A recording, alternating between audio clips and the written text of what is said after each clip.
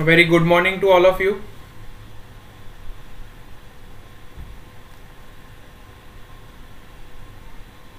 Good morning, sir. First we will take your attendance. Ayushi Chaudhary, Present, sir. Heer, Present, sir. Maitri Pancholi, Atulya Joseph, Harsh Gamit, Present, sir. Tisha Rami,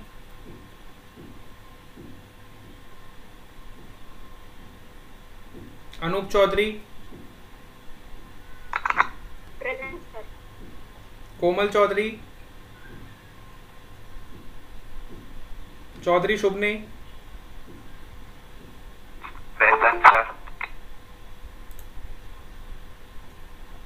Krina Chaudhary, Present, sir. Vatsal Chaudhary, Present, sir. Krisha Bhakta, Present, sir. Hetvi Patel, Present, sir. Dheeraj, Bhuvneshwari, Present.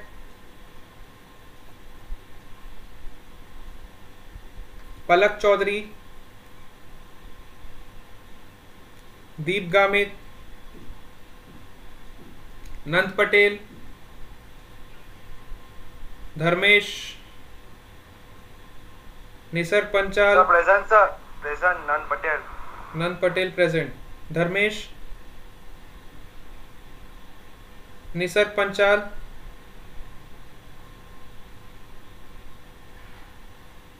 Karnavi Chaudhary, Present, sir. Khyati, Present, sir. Priyank, Shiv Mistry, Het Chaudhary, Present, sir. Shivam Taylor, Bhavini Patel, हर्ष, रित Chaudhary, Present, sir. Bhavesh Gamit, यश गांगुड़े,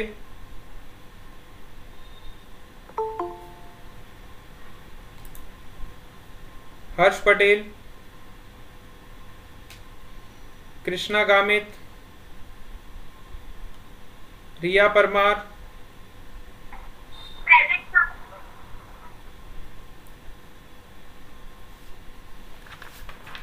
चलो किसका attendance रह गया फटाफट बताओ। Tisha Rami. Tisha Rami, Taylor Shivam. Taylor Shivam और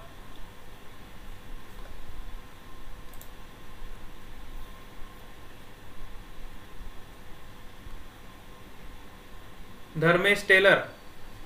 अच्छा Taylor Shivam वही है, ठीक है।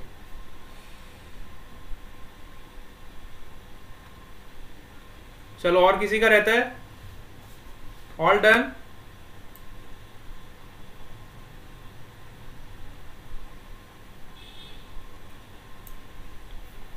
ओके गुड,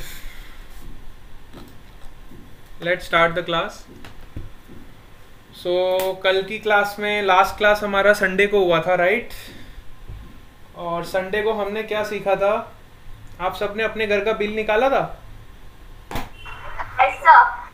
कितना बिल आ रहा था? 3,800. 2 months का. 3,800 आ रहा था 2 मंथ्स का। हाँ फिर तो ठीक है ना, 2 मंथ्स का तो इतना आता ही है। 2 मंथ्स का इतना तो आ ही जाता है। कई लोगों का कम भी आता है, जो लोग एसी नहीं चलाते उनका थोड़ा कम आता है, जो लोग एसी ज़्यादा चलाते हैं उनका फिर बिल ज़्यादा होते जाता है। एसी चलाते हो आप बेटा? हाँ, sir. हाँ इसलिए आपका ज़्यादा आता है। अगर एसी नहीं चलाते तो आपका यही बिल हो जाता मेरे ख्याल से 2,500 से 3,000 के बीच में आता। एसी का 1000 रुपीज़ का फ़र्क पड़ जाता है पर मंथ का, मतलब 2 मंथ्स का मिला के 1000 रुपीज़ जितना फ़र्क पड़ जाता है। तो सर मेरा 2600 जितना था, है ना, 2 मंथ का, बिना एसी चलाए। यस। हाँ देखो मैंने बोला ना 1000 रुपीज़ का बिल्कुल फ़र्क पड़ जाता है एसी से 2 महीने में। मतलब 1 महीने का आप एसी का चार्ज मान के चलो 500 रुपये, और वो भी 500 रुपये तब है जब आप एसी कुछ टाइम के लिए चलाते हो। ऐसा नहीं है कि पूरा पूरा दिन आप एसी चला रहे हो, है ना। कितने घंटे एसी चलाते हो बेटा, जो चलाने वाले एसी है? 4 hours, 3 to 4। 3 to 4 hours, 3 to 4 hours AC चलाते हो आप रोज के, तो आपके बिल में 1000 रुपीज़ का फ़र्क पड़ रहा है 2 महीने में, है ना। मतलब 1 महीने की बात करूँ तो 500 रुपये का फ़र्क पड़ रहा है। एक का आ रहा है 2600 और दूसरे का आ रहा है 3800। 600 रुपये पकड़ लो आप, 600 रुपये जितना फ़र्क पड़ रहा है ना, 1 महीने में 600 रुपये, तो 1200 रुपये का फ़र्क पड़ रहा है एसी की वजह से। तो एसी का चलाने का कॉस्ट बहुत ज़्यादा है। 4 घंटे आप चलाते हो और आपको उसके लिए 1200 रुपये 2 महीने के पे करने पड़ रहे हैं, है ना।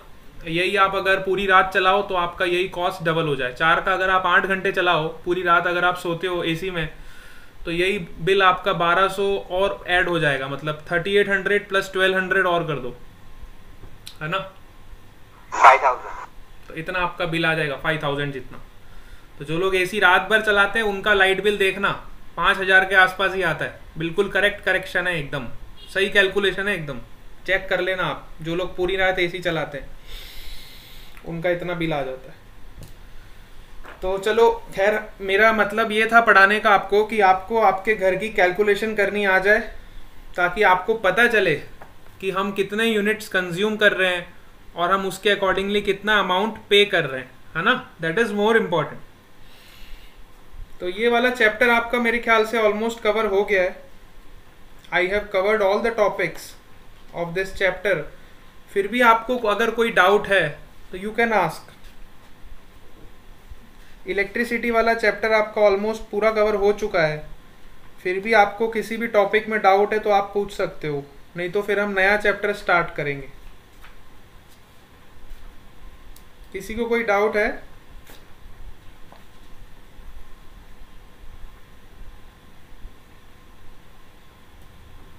एनीवन? मैंने आपको एक्सरसाइज दी थी होमवर्क में, सबको वो एक्सरसाइज कंप्लीट कर लेनी है इलेक्ट्रिसिटी की।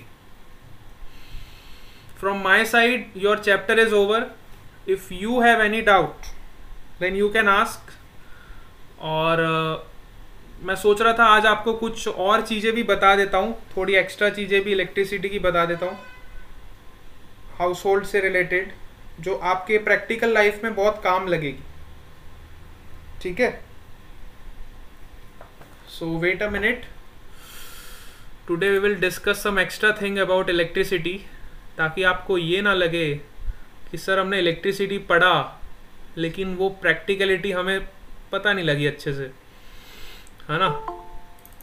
तो वो चीज़ भी आप देख लो।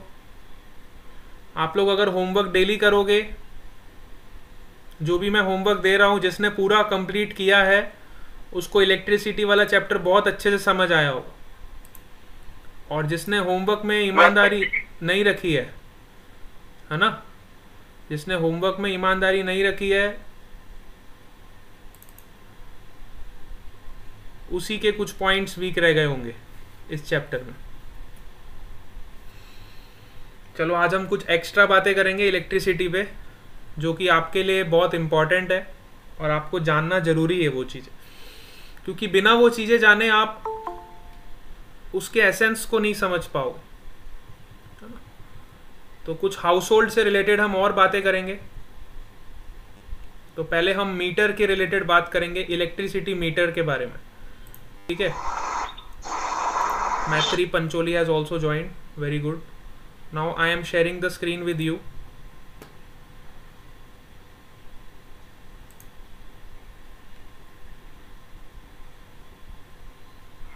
सॉरी फॉर लेट, मेरा नेटवर्क इश्यू हो रहा था किसका? यार, इसलिए। मैत्री का? ठीक है बेटा, मैं आपकी अटेंडेंस लगा देता हूँ। Yes my. और कौन लेट आया?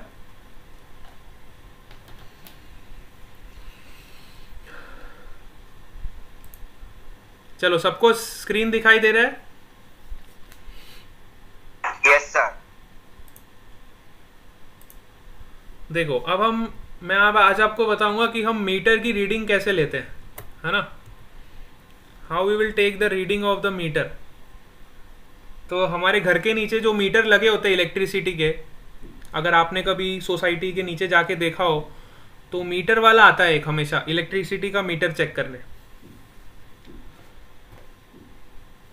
तो वो मीटर यही चेक करते हैं कि वो मीटर में प्रॉपरली सारे उसके जो पॉइंटर्स हैं प्रॉपरली वर्क कर रहे हैं कि नहीं कर रहे, क्या ही कैलकुलेशन में ज़्यादा मिस्टेक तो नहीं हो रही है।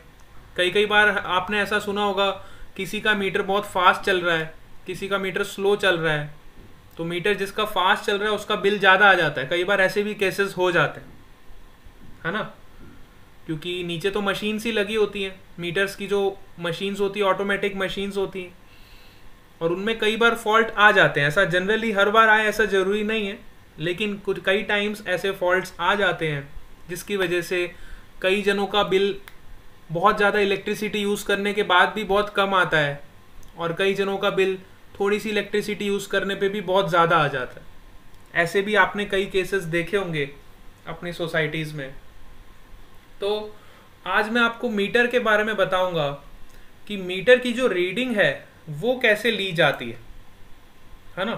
तो मीटर वाले जब मीटर में रीडिंग लेते हैं तो वो क्या चेक करते हैं, ये आपका जानना बहुत ज़रूरी है, because this is a practical knowledge which you must know at this stage, है ना। इसका हालांकि आपके एग्ज़ाम से थोड़ा भी कंसर्न ज़्यादा नहीं है, but this is for your extra knowledge, क्योंकि हमारा इलेक्ट्रिसिटी वाला चैप्टर आज ख़त्म हो चुका है और मैंने सोचा थोड़ा सा आपको एक्स्ट्रा नॉलेज भी देना चाहिए जो प्रैक्टिकल लाइफ से रिलेट करता है, ठीक है। इसका एग्ज़ाम से इतना कंसर्न नहीं है आपकी, एग्ज़ाम से जो कंसर्न होने वाले पॉइंट्स थे वो मैंने आपके साथ डिस्कस कर लिए। तो सपोज़ करो मुझे मीटर का रीडिंग लेना है, तो मैं सबसे छोटा वाला नंबर मेजर करूँगा। सपोज़ करो मेरा कांटा 8 और 9 के बीच में आया, तो मैं कौन सा वाला रीडिंग लूँगा, 8 लूँगा कि 9 लूँगा। तो मुझे स्मॉलेस्ट नंबर लेना है 8। अब दूसरे मीटर में देखो मेरा कांटा कहाँ पे आया, 8 और 9 के बीच में, तो कौन सा नंबर लूँगा बताओ? 8। तीसरे में क्या लूँगा? 7। चौथे में 6 और लास्ट में 2। लास्ट में तो देखो एग्जैक्ट आ रहा है 2, तो जब एग्जैक्ट आएगा तो मैं एग्जैक्ट रीडिंग लूँगा, और जब नहीं आएगा तो मैं लोएस्ट वाला नंबर लूँगा। सो ये मीटर की रीडिंग मेरी क्या आ गई, 8 8 7 6 2। तो वो जो मीटर चेक करने आते हैं वो इस तरह से रीडिंग लेते हैं। आपकी सोसाइटीज़ में कभी भी मीटर चेक करने वाला आया होगा तो वो इस तरह से रीडिंग को लेते हैं। तो आपकी रीडिंग कितनी आ गई देखो, 8 8 7 6 2। This is your reading 8 8 7 6 2। In this way you are going to take the reading of the meter. बेटा माइक ऑफ कर दो, किसका माइक ऑन है ये? Just switch off your mic. हाँ, अब मैं थोड़ी बातें करूंगा एफिशिएंसी से related. What is the efficiency? तो एफिशिएंसी क्या होता है देखो, it is the comparison of the amount of energy obtained as compared to the amount of energy put into the system. Efficiency क्या होता है, अब देखो जहां भी एनर्जी का कन्वर्जन होता है, अब इलेक्ट्रिसिटी कहां पे जनरेट होती है? सबसे पहले मुझे ये बताओ, इलेक्ट्रिसिटी सबसे पहले कहां जनरेट होती है?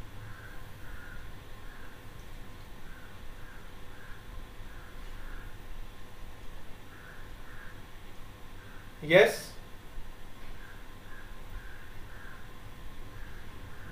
अरे इलेक्ट्रिसिटी का कोई पावर हाउस तो होता है ना, जहां से इलेक्ट्रिसिटी का मेन सप्लाई होता है आपके घर में।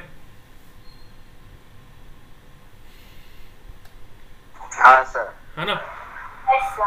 तो मेन स्टेशन से इलेक्ट्रिसिटी आपके घर पे जब पहुंचती है तो उसके बीच में उसके बहुत सारे लॉसेस हो जाते हैं, क्योंकि वायर्स लगी होती हैं बहुत सारी, और लॉन्ग डिस्टेंस वो इलेक्ट्रिसिटी ट्रैवल करके आपके घर तक आती है, तो ट्रांसमिशन के बहुत सारे लॉसेस हो जाते हैं। है ना।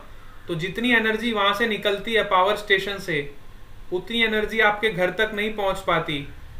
सपोज करो पावर स्टेशन वाले 100% एनर्जी अगर दे रहे हैं, तो आपके घर में कितनी एनर्जी पहुंचती है?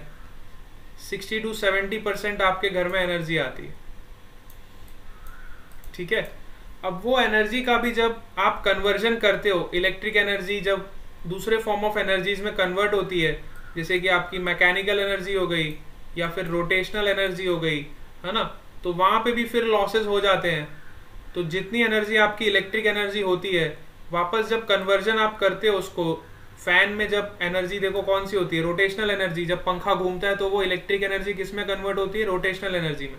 तो 70% आपने पंखे को एनर्जी दी, लेकिन पंखे में से आउटपुट वापस कुछ कम निकला, सपोज करो 60% या 50% निकला, तो अगेन आपके एनर्जी के लॉसेस हो गए, है ना।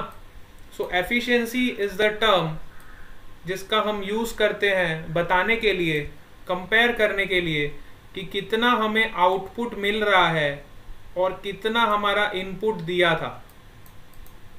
ठीक है, तो इनपुट इतना दिया था और आउटपुट इतना मिला, तो एफिशिएंसी आपकी हो गई 60%। समझ आया? Efficiency is defined as the ratio of output energy upon input energy.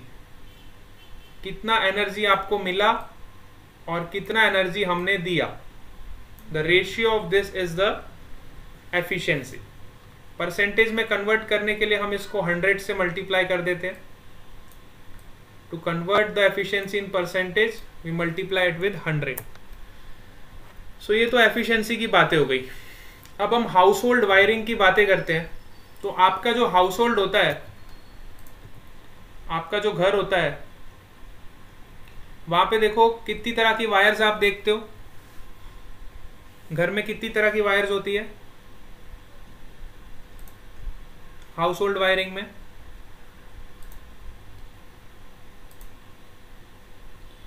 एक तो आपने ब्लैक कलर की वायर देखी होगी, एक आपने रेड कलर की वायर देखी होगी, और इसके अलावा आपने ग्रीन कलर की वायर देखी होगी, ग्रीन या white.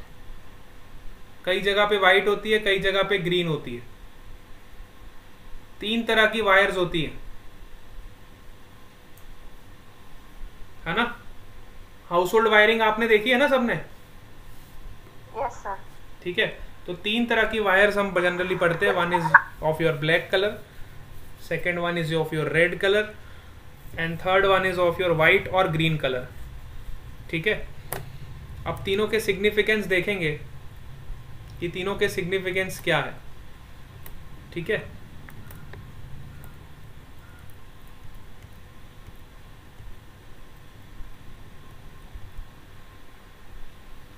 household circuit, what is happening? Household circuit are 120 volts and are alternating current. जो हमारे घर में जो करंट आती है वो कौन सी करंट होती है? Alternating current. ठीक है, and appliances used are connected in parallel. Generally हमारे अप्लायंस किस में कनेक्टेड होते हैं?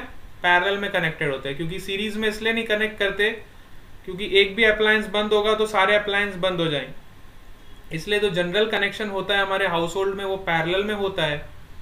और जनरली जो करंट आती है हमारे घर में that is your alternating current, और जो पोटेंशियल आपके घर में होता है दैट इज अक्रॉस 120 वोल्ट। आपने प्लग्स में देखा होगा इलेक्ट्रिक बोर्ड जो आपके घर में लगे होते हैं उसमें 120 वोल्ट लिखा होता है। कितने लोगों ने ऑब्जर्व किया?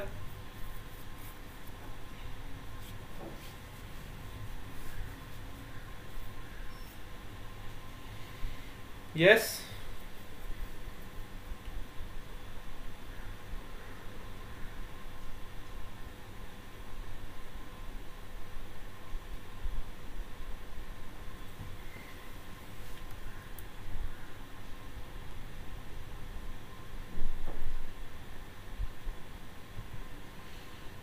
अरे आप लोगों को आवाज तो आ रही है ना मेरी?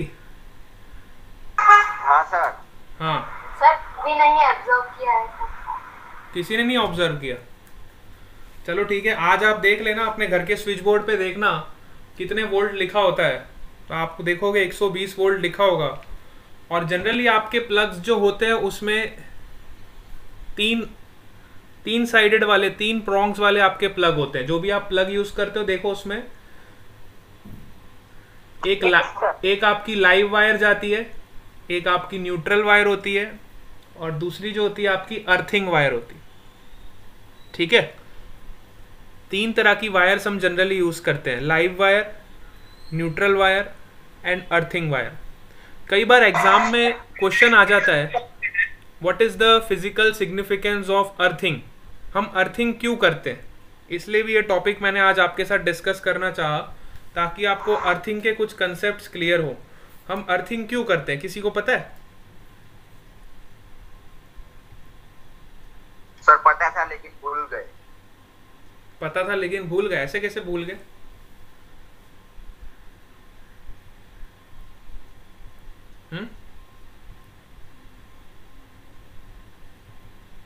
पहले वायर्स के बारे में हम पढ़ते हैं। न्यूट्रल वायर, सर्किट ब्रेकर्स, इतना डिटेल में तो आपको नहीं होगा 10th क्लास में, लेकिन जो आपसे रिलेटेड है वो मैं आपको बता देता हूं।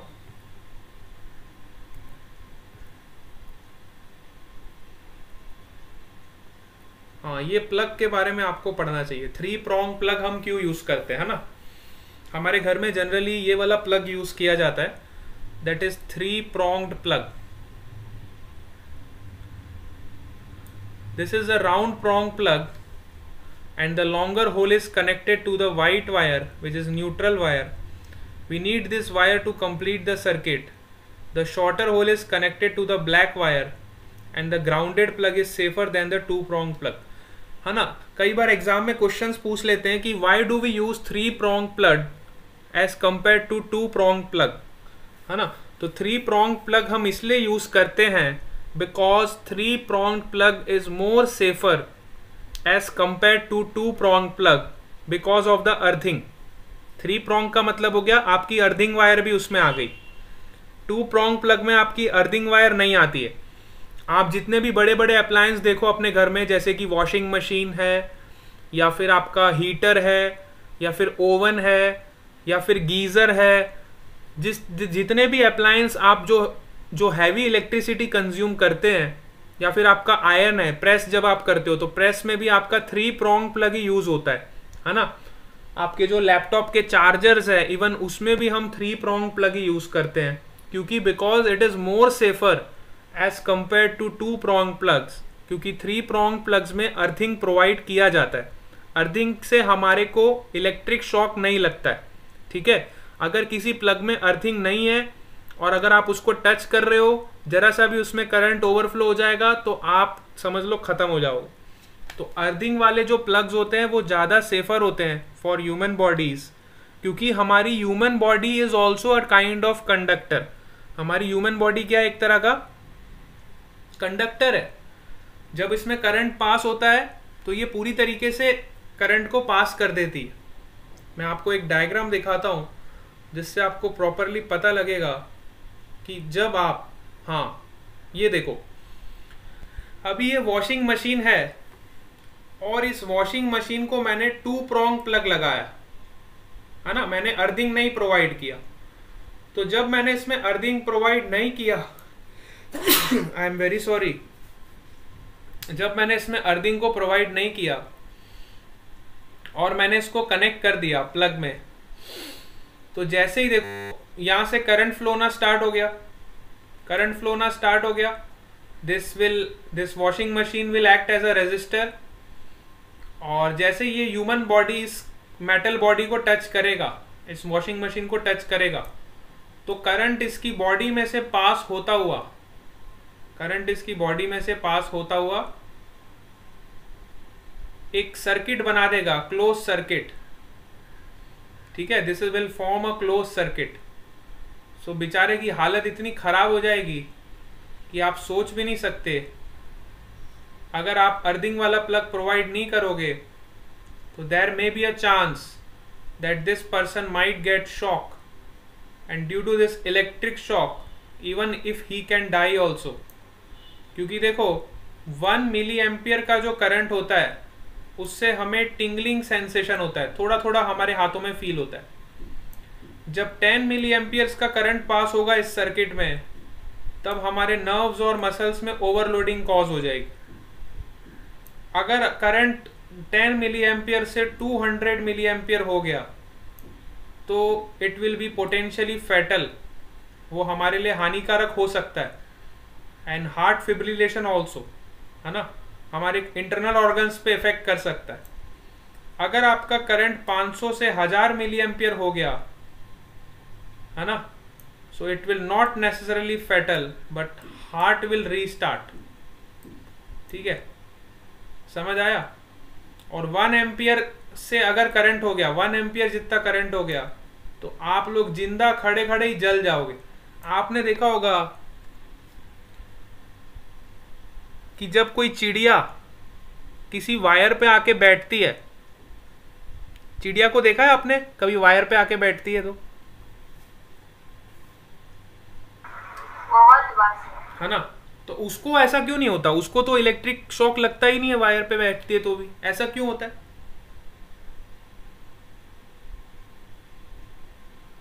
कभी सोचा है आपने कि चिड़िया को तो इलेक्ट्रिक शॉक लगता ही नहीं है, और वही वायर को अगर कोई ह्यूमन बॉडी टच करे ऊपर जाके तो उसको तो शॉक लग सकता है, वो तो जिंदा जल जाता है। ऐसा क्यों होता है कि उस छोटी सी चिड़िया को कोई शॉक नहीं लगता? कभी आपने बॉडी कंडक्ट नहीं करती इलेक्ट्रिसिटी, कंडक्ट नहीं करती है? सर हम लोग अर्थ से कनेक्टेड होते हैं इसीलिए। हाँ, ये बहुत सही रीजन बताया इस लड़की ने। क्या नाम है बेटा? क्रीना चौधरी ने बिल्कुल करेक्ट रीजन बताया है, क्योंकि हम लोग अर्थ से कनेक्टेड होते हैं। देखो, आपकी बॉडी जो है अर्थ से कनेक्टेड है। जब आपकी बॉडी अर्थ से कनेक्टेड है तो वो क्लोज सर्किट फॉर्म कर देती है। क्या बर्ड की बॉडी अर्थ से कनेक्टेड होती है क्या? नहीं होती है, बर्ड की बॉडी अर्थ से कनेक्टेड नहीं होती है। और एक पॉइंट हमेशा याद रखना, क्रीना ने बिल्कुल सही आंसर दिया है। All of you have to clap for her, she has answered very correctly, बिल्कुल करेक्ट रीजन बताया। ठीक है, वेरी गुड बेटा। तो थैंक यू सर। है ना, जब बर्ड्स देखो ऊपर बैठती हैं, और हमें पता है करंट का जो फ्लो होता है हमेशा हाई पोटेंशियल से लो पोटेंशियल होता है ना, तो हमारी बॉडी जब अर्थ से कनेक्ट हो जाती है तो हमारी बॉडी का पोटेंशियल तो जीरो ही हो जाता है, और यहाँ पे पोटेंशियल हाई होता है, इसलिए हमारी बॉडी में से करंट फ्लो कर जाता है, क्योंकि current will always flow from high potential to low potential. But जो बर्ड ऊपर बैठती है, इसकी बॉडी तो अर्थ से कनेक्टेड नहीं होती है, तो इसकी बॉडी में करंट फ्लो ही नहीं कर पाता है। करंट तो तब फ्लो करेगा ना जब एक जगह पे पोटेंशियल ज़्यादा है और एक जगह पे पोटेंशियल कम है, तभी तो करंट फ्लो करेगा। पर जब बर्ड ऊपर बैठती है तो इसका पोटेंशियल और वायर का पोटेंशियल, तो दोनों का पोटेंशियल सेम ही रहता है, इसलिए इस बर्ड को करंट नहीं लगता है, इसको शॉक नहीं लगता है। जबकि ह्यूमन बॉडी अगर कोई टच करे उसको तो उसको शॉक लग जाएगा। So this is the scientific reason, because human body is connected to the earth, and due to connection with the earth, जो अर्थ का जो पोटेंशियल होता है जनरली जीरो होता है, तो ह्यूमन बॉडी का भी जो नीचे वाला सरफेस है पोटेंशियल वहाँ पे जीरो हो जाएगा, और जहाँ पे वो इंस्ट्रूमेंट को टच करेगा उसका तो कुछ पोटेंशियल होगा ही होगा, इसलिए उसकी बॉडी एक सर्किट की तरह बिहेव करती है और उसमें करंट का फ्लो हो जाता है। ठीक है, so this is the main reason. तो ये बताने के लिए मैंने आपको ये, अब देखो 3 prong जब मैंने प्लग लगाया, जिसमें अर्थिंग भी मैंने प्रोवाइड किया हुआ है ना। 3 prong प्लग में क्या होता है, अर्थिंग प्रोवाइड किया रहता है। तो जब अर्थिंग प्रोवाइड किया रहता है और अब आप इसको टच करोगे तो आपको इलेक्ट्रिक शॉक नहीं लगेगा, है ना, आपको इलेक्ट्रिक शॉक नहीं लगेगा, क्योंकि जितना भी एक्सेस चार्ज होता है वो अर्थिंग वायर की हेल्प से ग्राउंड में चला जाता है। अर्थिंग वायर जो होता है उसके जितना भी एक्सेस चार्ज होता है वो सारा ग्राउंड में चला जाता है, इसलिए आपको इलेक्ट्रिक शॉक नहीं लगता। आप ये देखो, ये वाला डायग्राम देखो, अब यहाँ पे देखो पर्सन इसको टच कर रहा है वॉशिंग मशीन को, लेकिन उसको कोई भी इलेक्ट्रिक शॉक नहीं लगा। क्यों ऐसा हुआ? क्योंकि देखो अर्थिंग वाला जो वायर है वो भी मेटल बॉडी से कनेक्टेड रहता है। जो ग्रीन वायर आप देख रहे हो, ये देखो मेटल बॉडी से कनेक्टेड रहता है। तो जैसे यहाँ पे करंट फ्लो हुआ, ये सर्किट में से फ्लो होके ये अर्थिंग वायर में से पास हो जाता है, ठीक है। जितना भी एक्सेस चार्ज है वो अर्थिंग वायर की हेल्प से नीचे ग्राउंड में चला जाता है। तो ह्यूमन बॉडी की कोई भी सर्किट फॉर्म नहीं होती है ना। ये वाला सर्किट आपका कैंसिल हो जाता है जब आप ये वाला प्लग यूज़ करते हो, 3 prong प्लग। तो आपकी अर्थिंग वायर के साथ कनेक्शन हो जाती है, ह्यूमन बॉडी के साथ कोई भी सर्किट फॉर्म नहीं होता।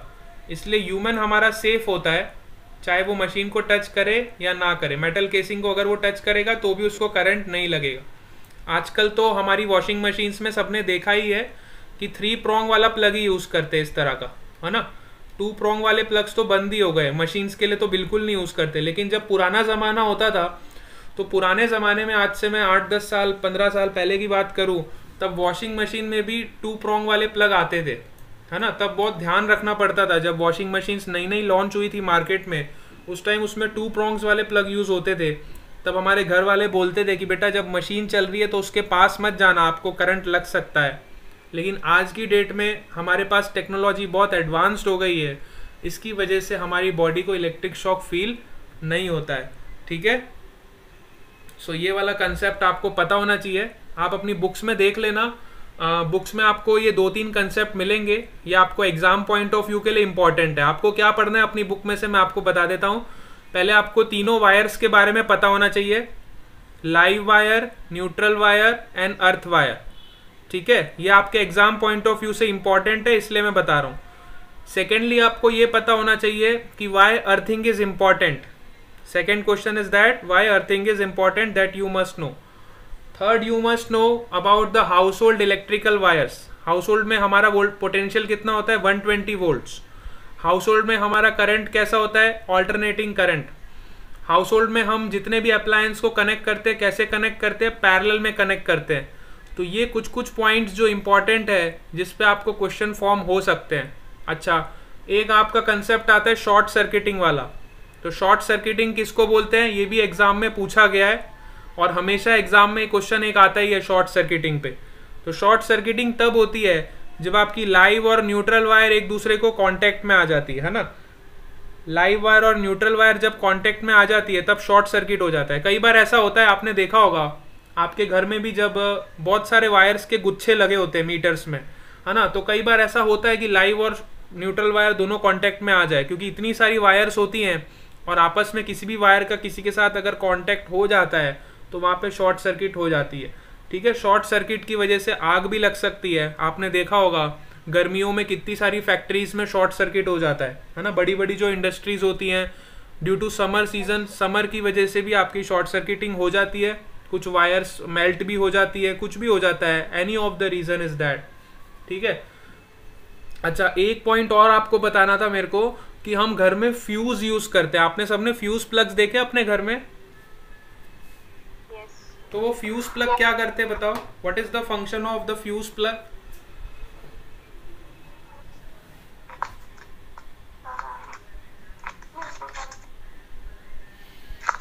To control the current. To control the current. Yes sir, जब हाई करंट फ्लो होता है तब वो फ्यूज मेल्ट हो जाता है, जिसकी वजह से वो हाई करंट कोई भी अप्लायंस में पास नहीं हो सकता। Very good.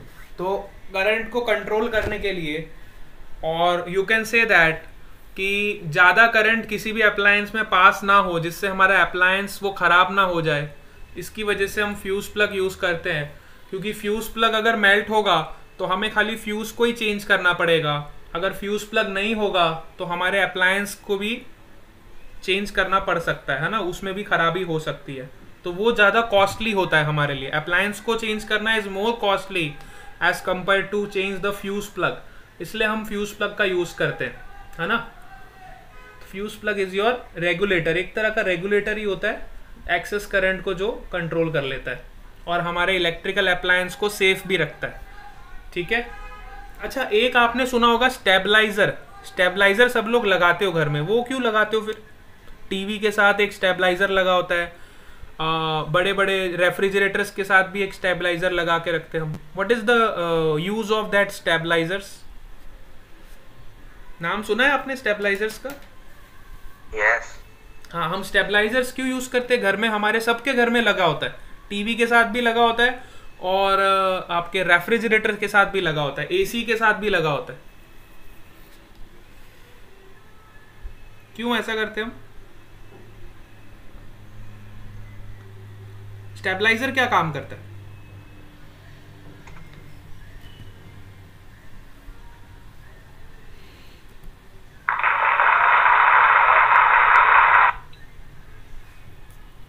What is the use of stabilizers?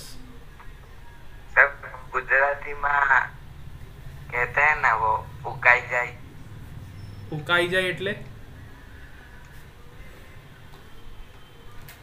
Gujarati में बोलते हैं उकाई जाए.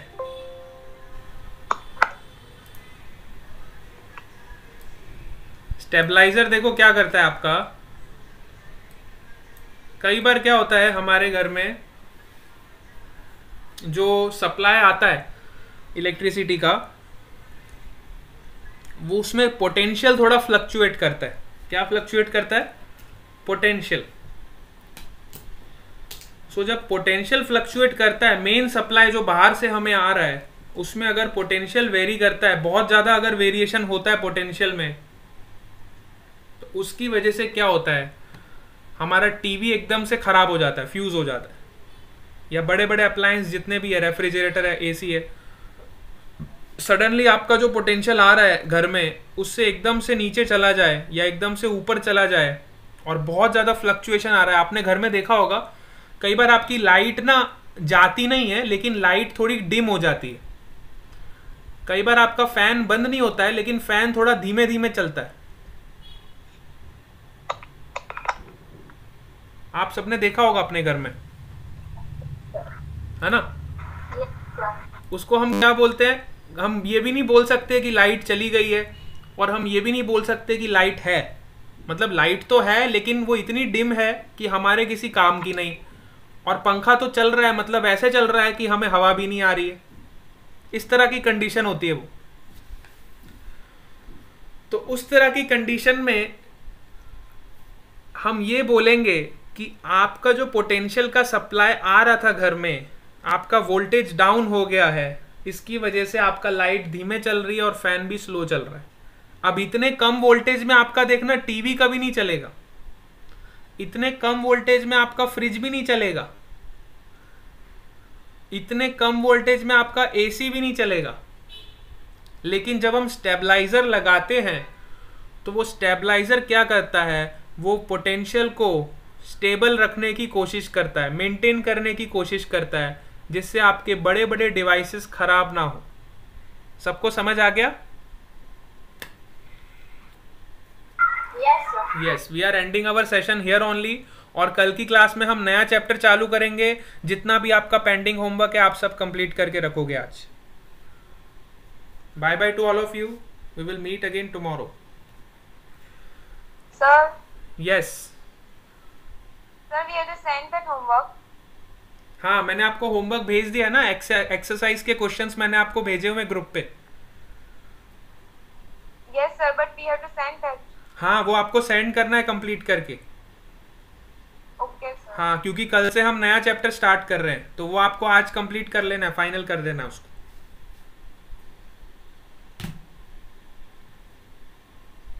Okay, bye bye to all of you.